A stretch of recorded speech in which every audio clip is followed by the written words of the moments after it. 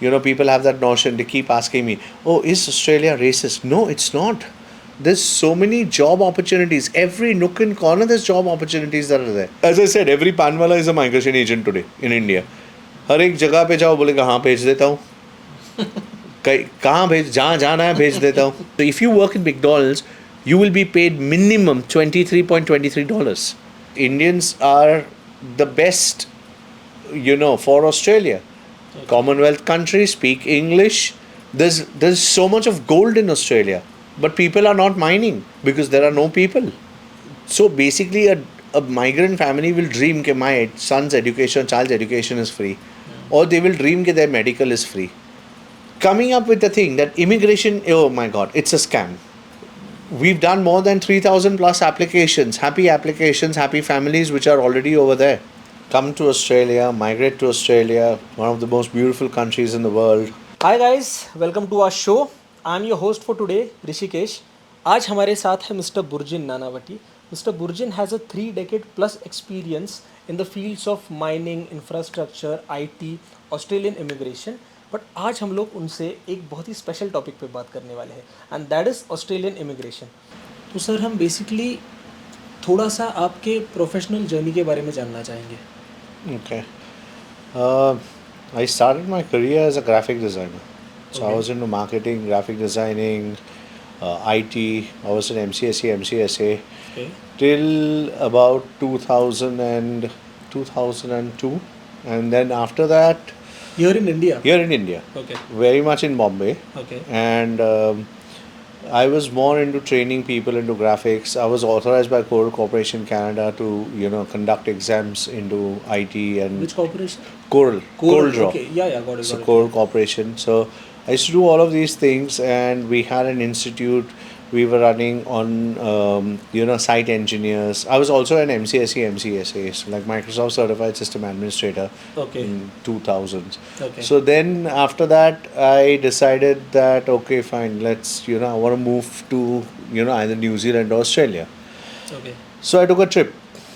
And when I went there, I fell in love with the place. And then I was like, you know what, let's... You went to Australia? Yeah, I went to Australia. I went to Singapore. From Singapore, I went to New Zealand.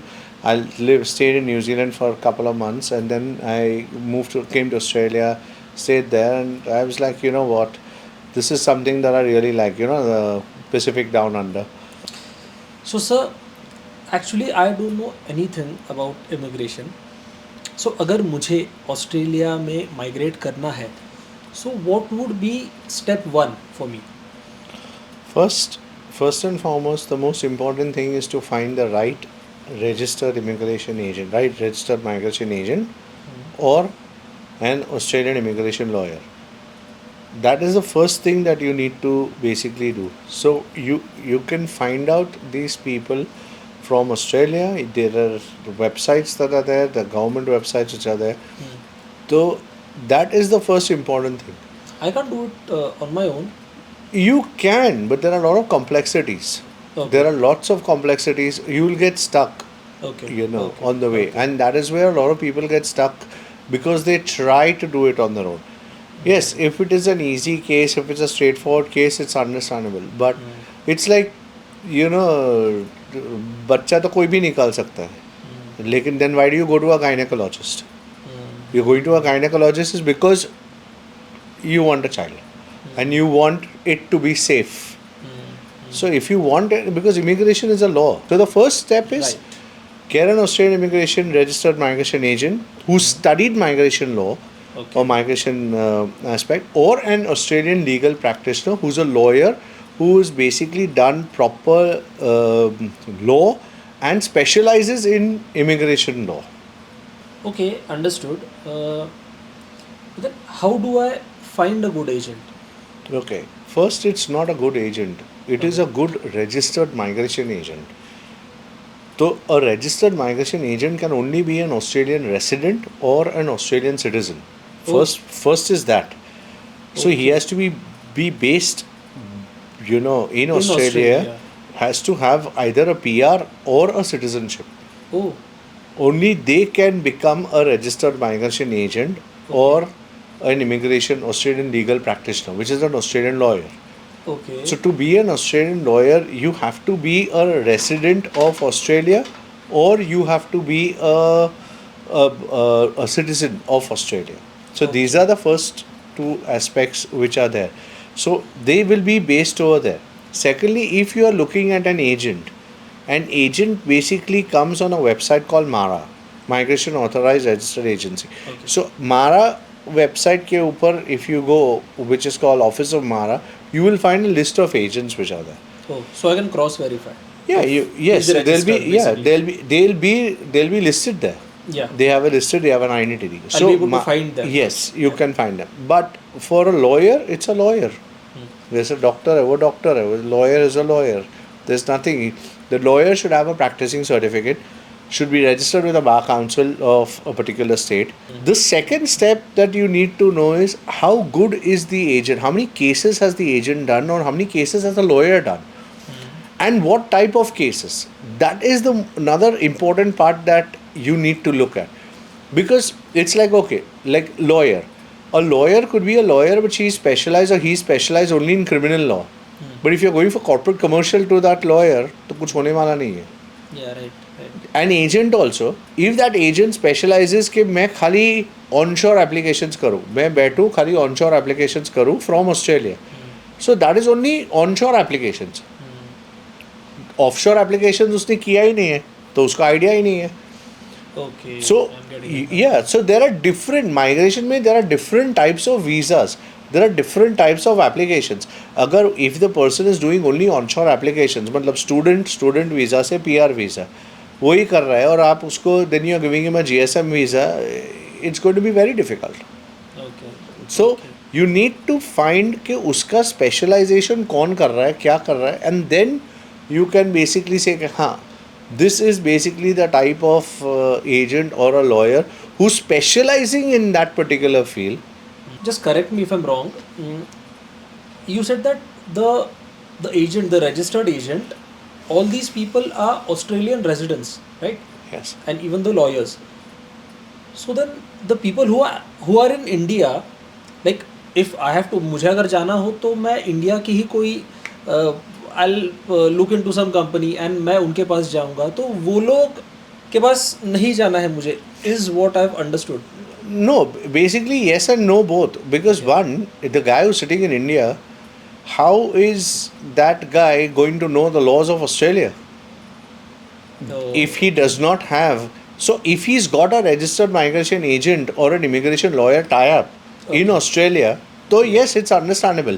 As long as your application is lodged by an RMA, which is a registered migration agent, or an immigration lawyer, as long as your application is being lodged, खाली दिखाने के लिए तो बहुत लोग बोलते हैं कि हाँ मेरे पास उधर एक लॉयर है या एक एजेंट है और ये उसका नंबर है, बट फाइनली लॉन्च कौन कर रहा है application? Who is going to present it to the immigration body, which is a government body, which is called border force. Okay. You know, that is the most important thing. That is what actually matters. Okay. Absolutely, because if the person is doing it यहाँ से India से ही वो upload करके documents कर रहा है, तो भाई आप ही करो ना. Why do you तब need तो it? मैं भी खुद भी Exactly, कर सकता it's हूँ. basically what access you have got, he's got. Yes, got. Yeah. There is no difference otherwise, because what he's got is he's going to go online. वो ऑनलाइन जाएगा, चेक करेगा, जैसे आप भी ऑनलाइन जाओ, चेक करो, and then इंशाल्लाह लगी तो लगी.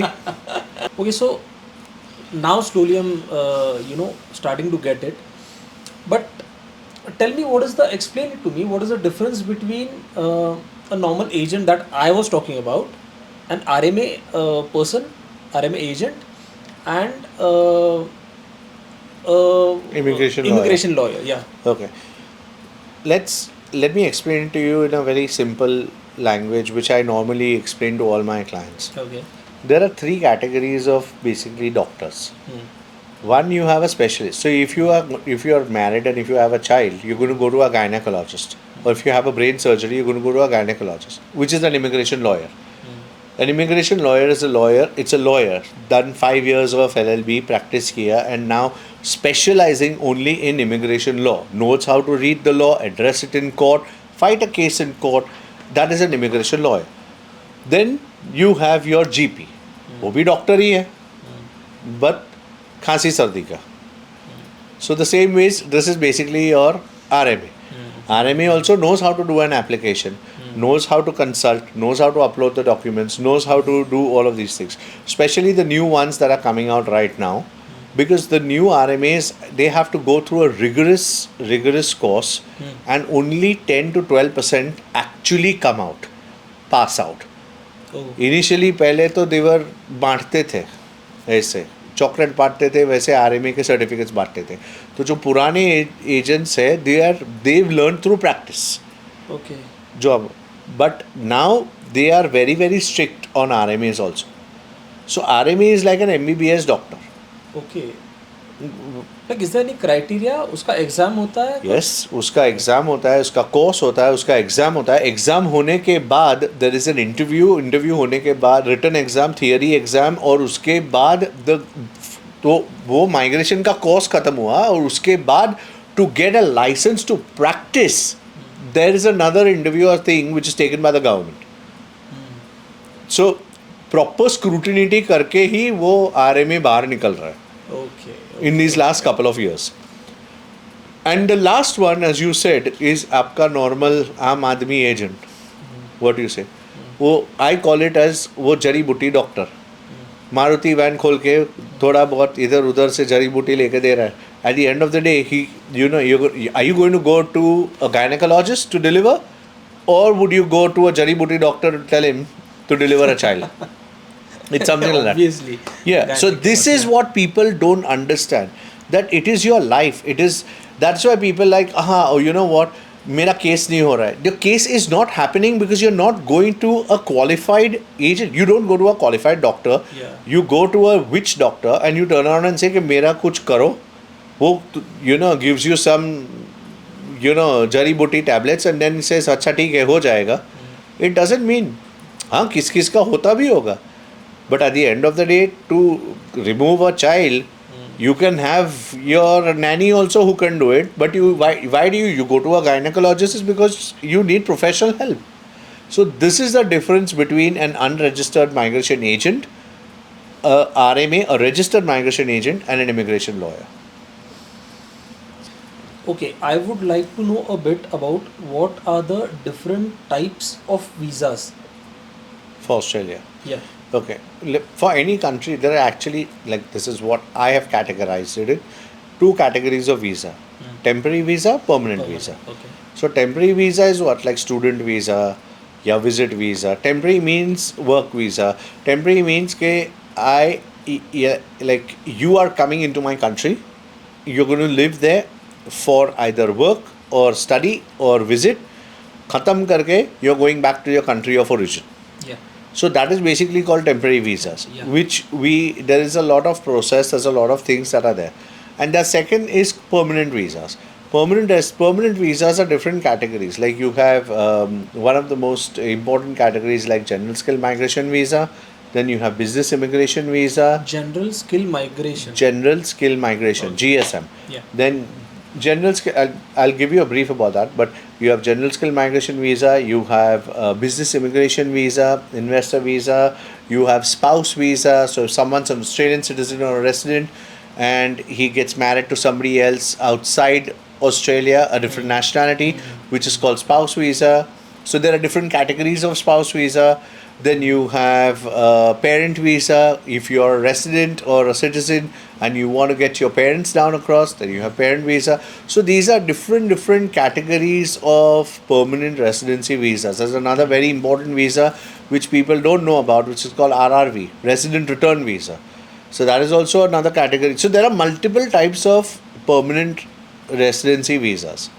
Okay, and tell me more about this GSM visa.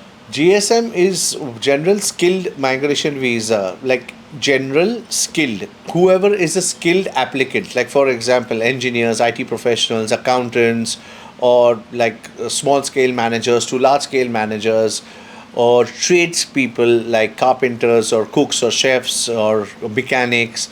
So there are various occupations. There are about 500 and something plus occupations which are available for GSM. For GSM. Yeah. Okay. So there are different occupations which are basically there. They are like dance teachers or music teachers, or you have private teachers, private tuition teachers. So there are occupations which is basically how you say aam aadmi occupation. It's like an aam aadmi occupation, but Australian lingo is a bit different from our side Indian lingo, and that is where people don't understand. People don't understand that he is a simple guy who's a customer service guy who is in great demand in Australia. So these all categories where occupations are concerned, and we have to do this entire lengthy process of occupations, is basically called GSM, General Skill Migration Program. Yeah. And what do you mean by the lingos are different? Like I'll give you an example. Something like business mechanic. Okay. Like Sounds fancy, huh? Very fancy. So business mechanic is basically a guy who sets up printers or fax machines in your office. So we call it as a business mechanic. Okay. So terminology and a lingo is slightly different yeah. compared to, like, you have corporate service manager or you have a customer service manager. So, and there is a code called ANSCO code, which has all the do's and don'ts of that particular occupation. Okay. So again, you have to be experienced in the field and to understand from that particular ANSCO what are the actual occupations that are there to be picked up. If you pick up the wrong or a little more or a little less, you would completely go wrong in your application. Oh. Yeah. And there are 500 plus options? Occupations. Exactly. Yes. And every occupation has a different... Now, I'll give you an example. There is something called a system analyst and a network analyst. Okay. A network analyst and a system analyst, there's hardly, like I would say there's only a 1 or 2% difference. Okay. But if the verbiage of the job responsibility is not correctly written or selected, they will break the occupation into two parts, and they will say, okay, you are a 3 years of system analyst and a 4 years of network analyst, or a 5 years of network analyst, which loses your points. Okay. So what we are trying to do is get 8 years of network analyst so we can claim full points. Okay. But like example I give everyone, like a carpenter in Australia only cuts wood. But if you turn around, this is an example, but if you turn around and tell the carpenter, like, okay, he's cutting wood and he is also making a table, so it's called a carpenter and a joiner. Oh. And if you turn around and say he's cutting wood as well as he's making a cabinet, he's not a carpenter, he's a cabinet maker. Oh. And if he's doing it in the kitchen, he's called a kitchen cabinet maker. So the occupation wise, Australia is so precise and to the point. So only if you have experience in this field of knowing what to take, what are the verbages that you need to pick or take or advise the client accordingly. Like in India, a carpenter will paint the wall also for you. Yeah. He'll polish the things, he'll paint. Exactly. So basically over there it becomes like a handyman. Yeah. But here carpenter to bolo jo bolo usko wo karega. So that's a difference what is there. Like for example, if someone's running, someone's working in an office, you can't say okay, he's just doing customer service. But what we do is we pick up only the customer service part from him, and we only highlight the customer service part and trim the fat of anything else that he does. So we only calculate the 40 hours per week into customer service. Okay. Which basically is what Australia is looking for. Okay. So that's how complex. So being precise actually makes Correct. the Precise, complex, and to the point. That is something which is basically what helps for people to move their applications forward or ahead. Okay, now actually I understand it thoda karke. I had no idea about this, but at least I'm getting to know, okay, these are the things and these are the various factors that come in, जिससे अपने points end में जाके it will be affected. Also tell me, what are the what are the stages involved in the process of a GSM visa? Okay. There are multiple stages with different authorities in Australia. So first stage is basically called a skill assessment stage. So if you are basically engineer, your application goes to Engineers Australia. So we have to get a skills assessment done. Now what does that mean is we are telling a professional body that my client is a professional. So a professional is telling a professional that I am a professional. Okay. So they will give us a certificate. So if it is IT, it goes to ACS. If it's a generic body, it goes to VETSS. So there are multiple bodies, authorities that are there, which will basically, accept or take or process that particular skill assessment. That is like, I would say, about 60 to 70% of your application. Once that is done, then we have to basically lodge an EOI, which is called expression of interest. After we lodge an expression of interest, let me explain to you. I'm coming to your house. So the first thing I'll do is give you a call and say, hey, Rishi, can I come to your house? Yeah. Correct? This is what we are expressing an interest to the country. Hey, Australia, can my client come live and work in your expression of interest? After that, we have to basically decide. Now, when you are saying you're coming to India, example, you will land somewhere. Either you land in Maharashtra or you land in Gujarat or you land in a particular city, in a particular place. So we have to go to a particular state and request them that is it possible that my client can come to your state. So the state has its own requirements. Now, if that occupation is in that particular state, Okay. then we have to apply. And as you know, every state has its own government, own laws, own rules. In Australia, every state with every occupation versus every nationality will be different. Oh, so there are different rules, There are different rules. different states. Correct. So, like some states have their own points test. Yeah. Yeah. And some states will say, okay, you can lodge your application, but I want the bare minimum points. Some states will say, yes, I will accept this particular case, but I want so many points extra. So it depends on state to state, and it is a whole filing that you have. Some states will say, I want an ROI, which is called registration of interest. A registration of interest means register your interest. If you qualify, then you can apply for that. So that becomes another part of lodgement. So we have to register them for that particular state, and then once they get an invitation for that state, then we have to apply for that state. And once the state gives you permission, then the federal government says, okay, you're welcome. Then comes the last stage, which is the visa lodgement. So you see the complexity of how it is and what it is and how many stages we have to do. So every state with every occupation, with every type of GSM visa is different. Why is it sounding so scary to me? No, that's where we come in. That's where we are professionals, and that's where our things come in, where we can we understand. We've been doing it for I've been into this for now 20 years. So, been doing it for so many years. So, that's why we understand that, okay, fine, if this is what the skill assessment is, and if this is what we lodge, what will the state want, and how will this state look at it, or how will that state look at it? And what are the new, and even if there are new laws or new things which keep on coming all the time, and we are so used to all of this, so we can adapt very easily. Like my team is highly professional in adapting into all of these things. That's why I said, have a good lawyer or a registered migration agent who's done all of this before you get into any of the GSM processes. Oh. I would like to know what are the opportunities in terms of work or education, any, like what are the opportunities, or why should I exactly migrate to Australia? Okay.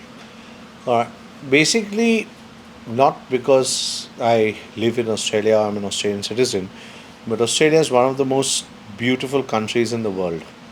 Clear blue skies. I'll give you in points. Clear blue skies, 4 seasons, free education for kids, free medical for everyone.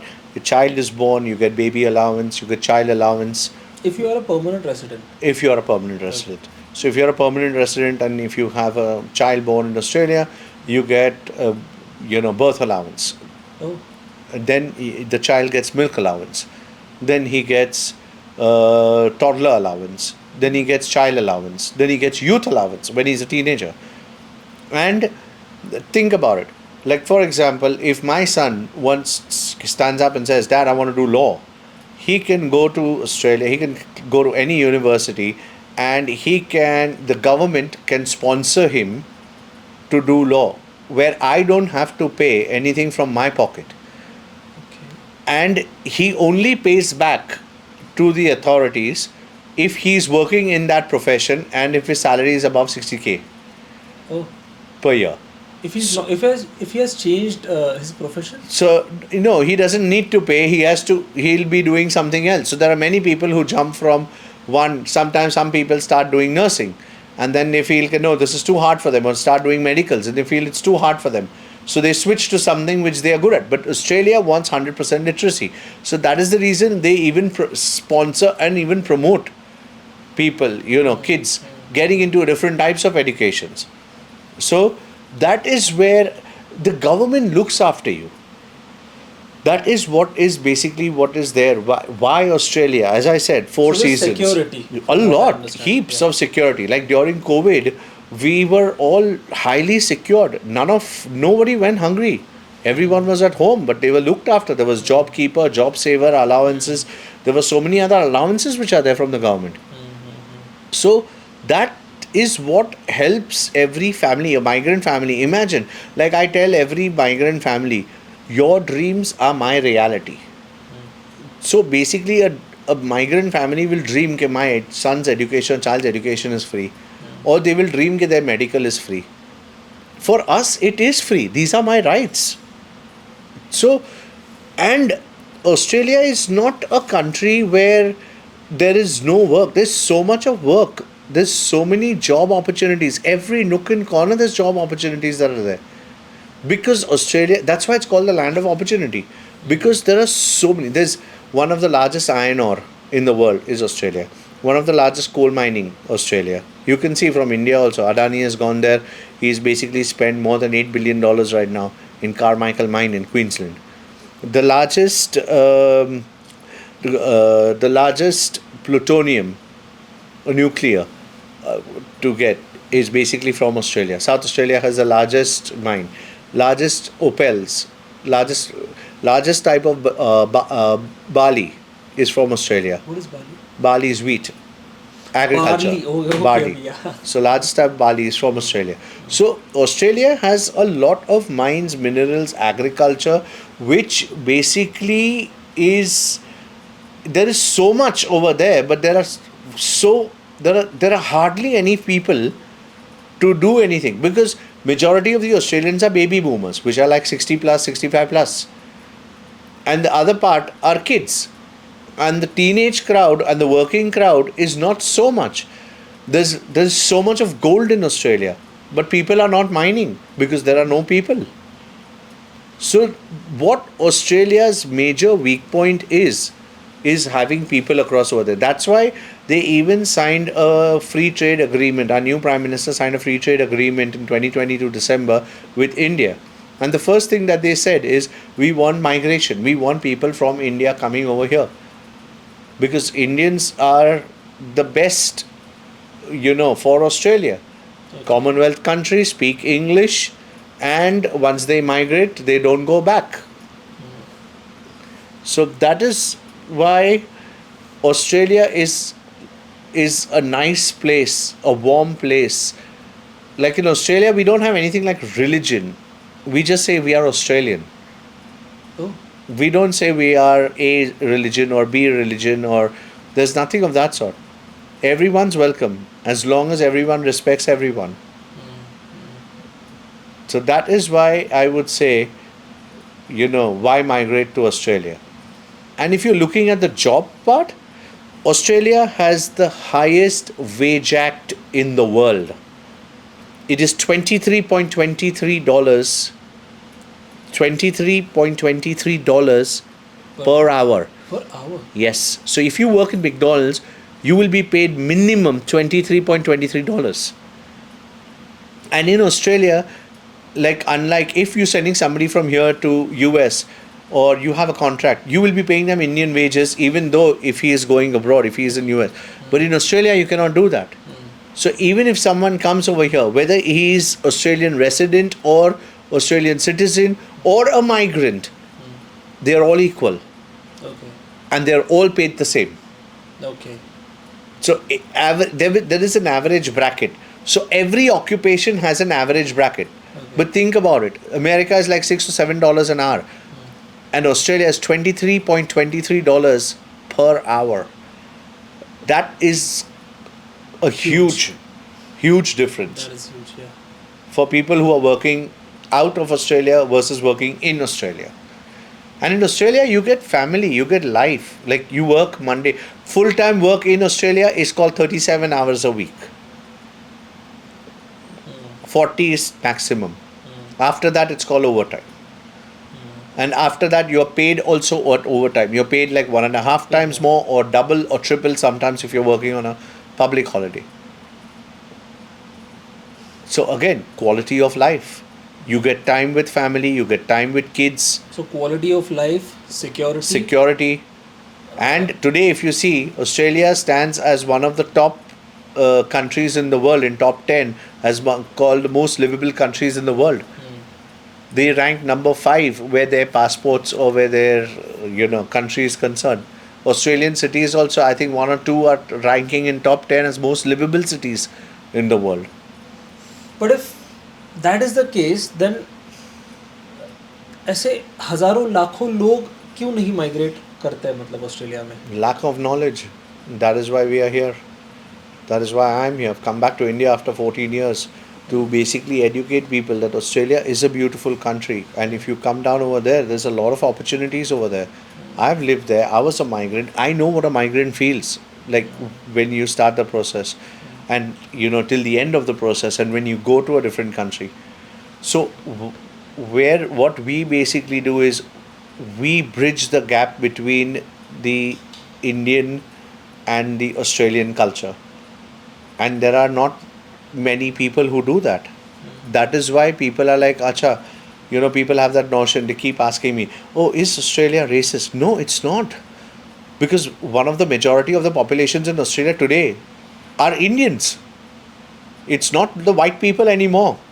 They're diminishing compared to the Indians that are coming. Look at our new Prime Minister Modi. They basically shook hands and they created a migration mobility agreement that we want Indians, as many Indians as possible. They've announced it, that it's all over the news, it's all over they're coming up with a different visa called Mates, especially for Indians.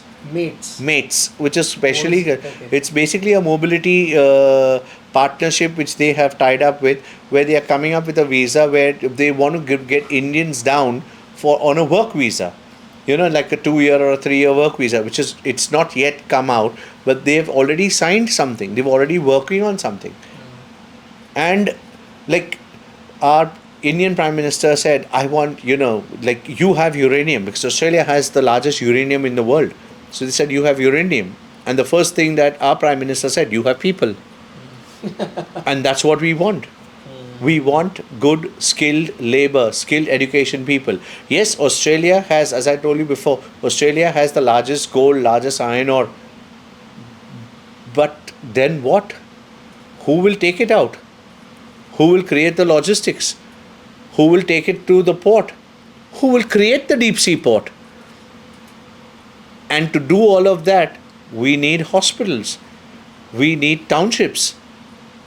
And for that, we need people. So, but what I have seen in this side of the world is people are coming up with the thing that immigration, oh my God, it's a scam. Because there are no, or I would say a very few handful of good agents or registered agents which are there who are actually doing Australia correctly. So because of that, when people start thinking, अरे ये तो scam है, अरे मेरे chance के लिए मैं डालूं, As I said, every panwala is a migration agent today in India.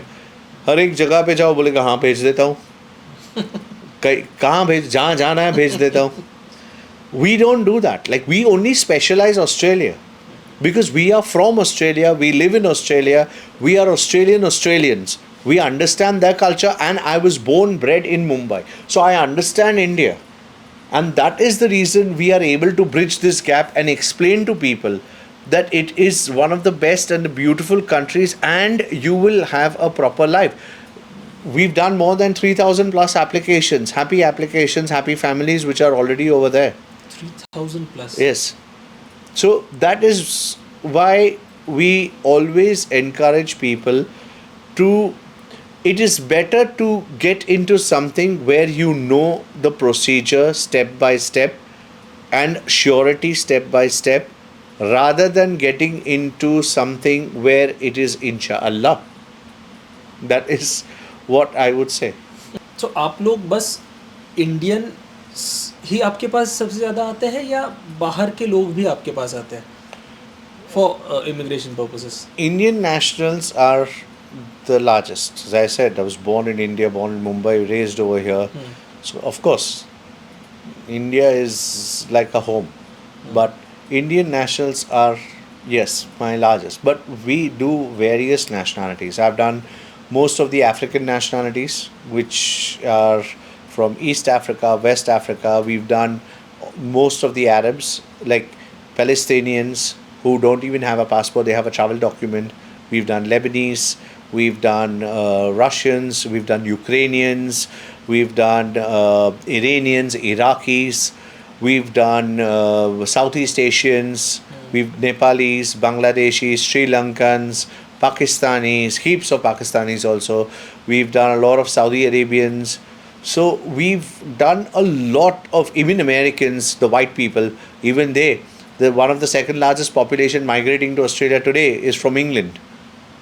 Yeah, it's because mother country going to the daughter country. So that is another part which is there. So we've done a lot of Europeans. So mostly we've covered a lot of nationalities, and every nationality has a different way, different culture, different way of producing documents, and a different way of, so we are very versatile in helping different nationalities coming down to Australia. Okay, please share with us some of the interesting experiences or cases that your company has had related to immigration. Quite a lot to talk about, but one that comes into my mind.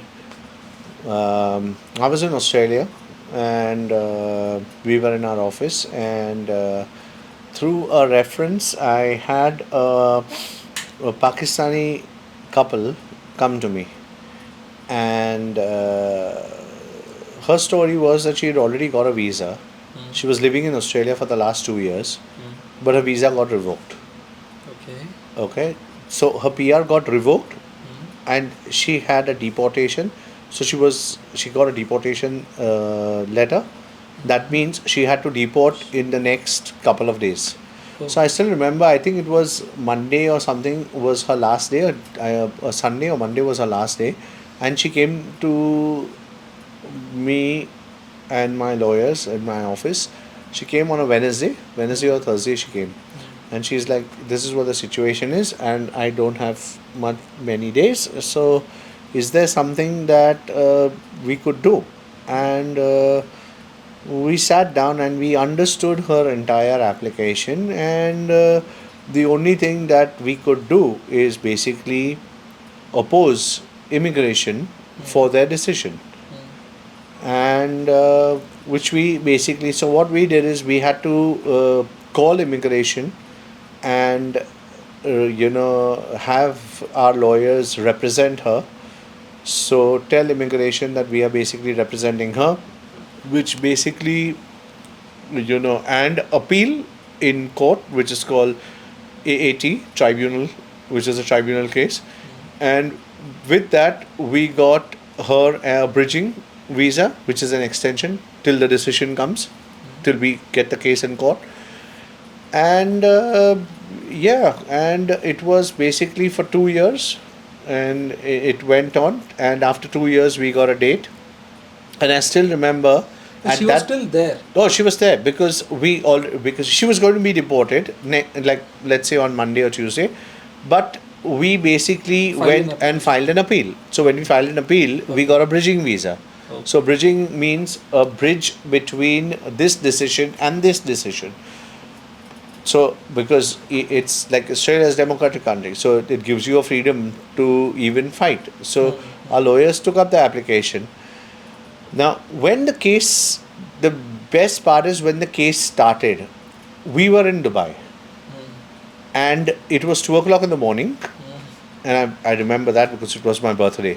So it was 2 o'clock in the morning, and my lawyers went online, and the client was in Adelaide, and the court hearing was in Sydney.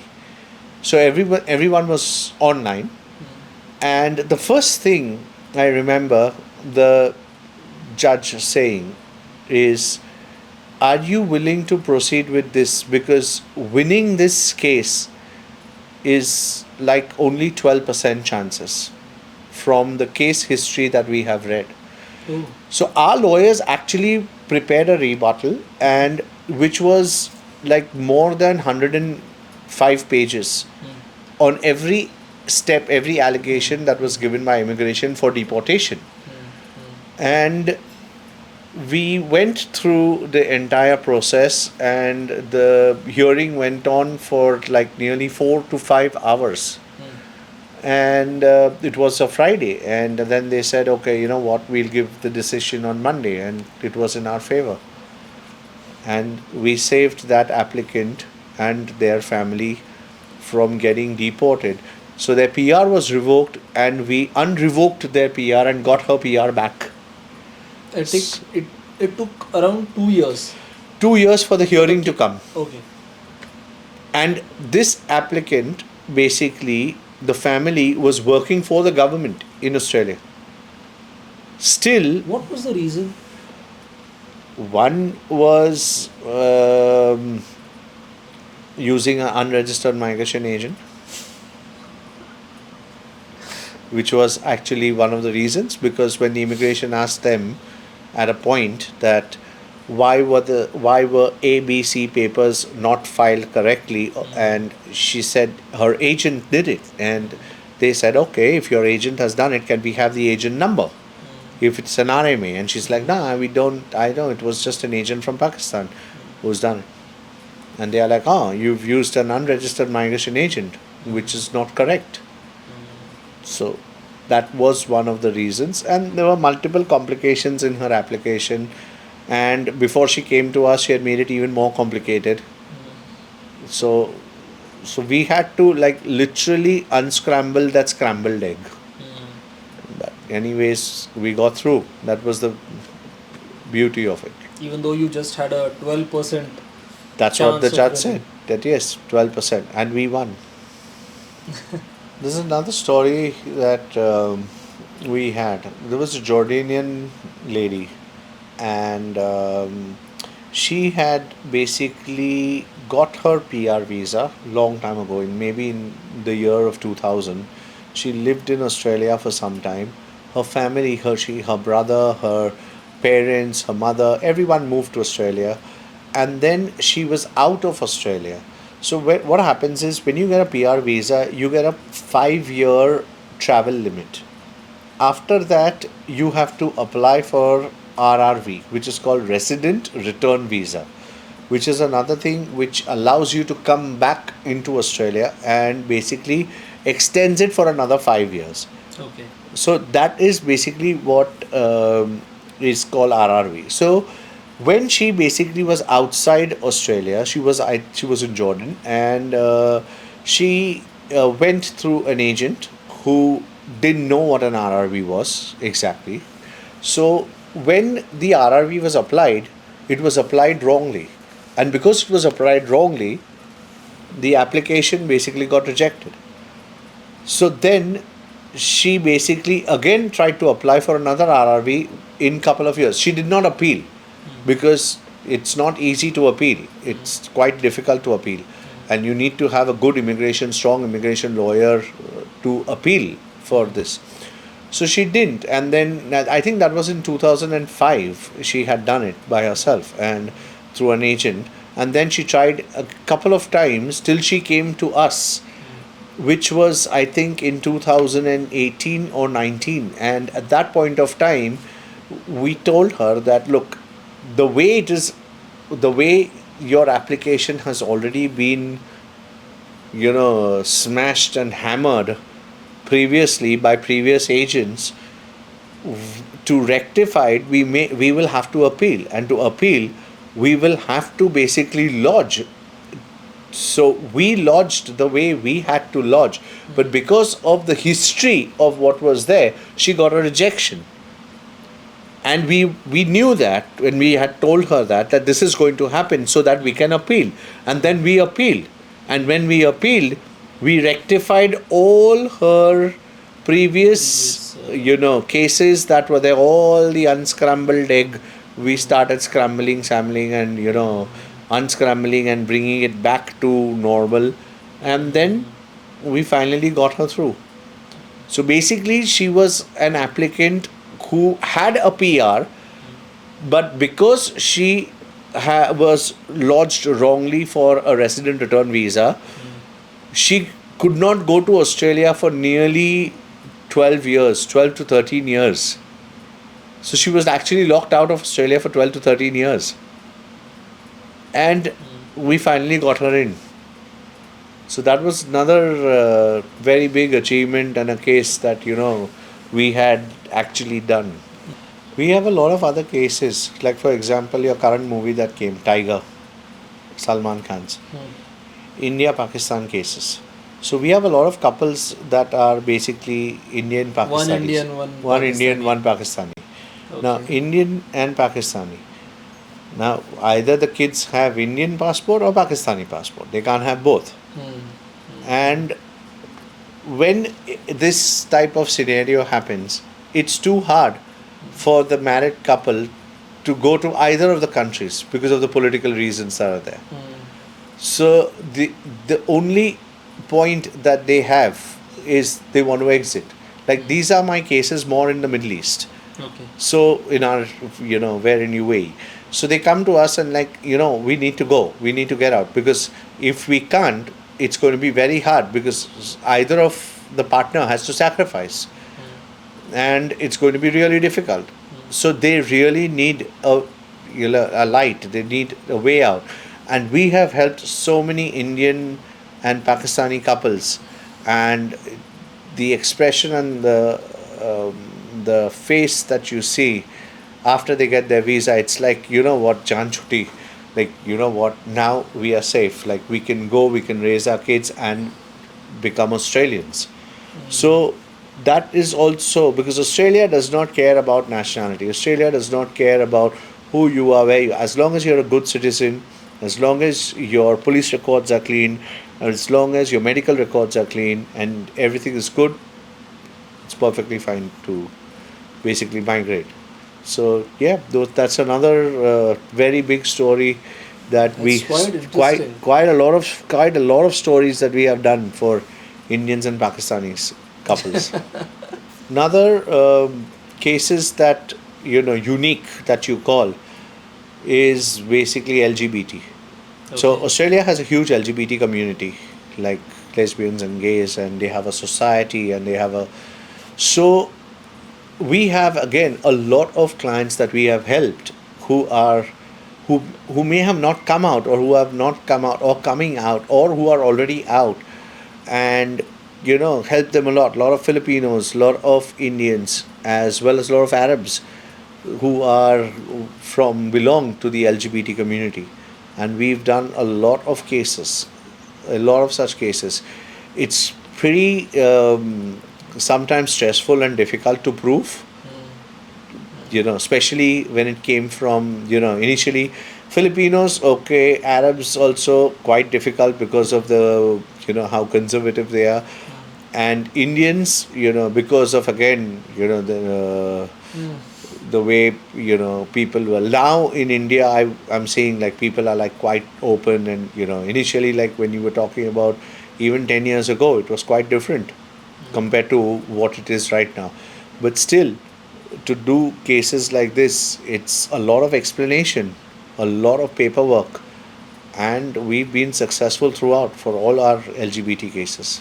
So now that we have come to the very end of our interview, is there anything that you would like to say to our audiences?